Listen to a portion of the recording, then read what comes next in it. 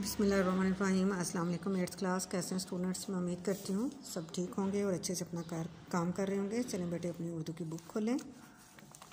ये हम पढ़ रहे थे हमद की हमने तशरीह की और आज इसका आखिरी शेर है जिसकी हमने तशरीह करनी है। किसने लिखा है इसको? हमद को ख्वाजा ताफ़ हुसैन हाली ने। जी चले देखते हैं। हर बोल तेरा दिल से टकरा के गुज़रता है, कुछ रंगे बेयां हाली है सबसे जुदा तेरा। ये जो है आखिरी शेर जो है हमद का, ये नज़्म का मक्ता कहलाता है। नज़्म या गज़ल का आखिरी शेर जिसमें शायर अपना तखल्लुस इस्तेमाल करे उसको क्या कहते हैं? मक्ता। तो ये क्या है इसमें? हर बोल तेरा, हर बोल, हर बात तेरी, हर कौल तेरा दिल से टकरा के गुज़रता है, यानी मेरे दिल के इतना करीब होता है, मुझे अपनी बात बताने में मुश्किल पेश नहीं आती। कुछ रंगे बयां हाली है सबसे जुदा तेरा।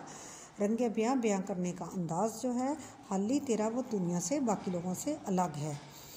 1857 की नाकाम जंग आज़ादी के बाद कदीम शायरी का काम ना आ सकती थी, इसलिए हाली ने अपनी शायरी में अखलाकी पहलुओं पर ज़्यादा तवज्जो दी और कदीम अखलाकी कदरों को नए माशरे के लिए ज़्यादा ज़रूरी समझा और मुसद्दे से हाली लिख डाली। दरअसल वो समझते थे कि जहाँ फ़न शेर की इस्लाह मुमकिन हो वहाँ इंसान भी फलाह पा जाए, यानी इंसान जो है वो भी कामयाब हो जाए।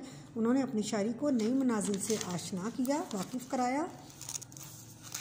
माल है नायाब पर गाहक हैं अक्सर बेखबर, शहर में खोली है हाली ने दुकान सबसे अलग।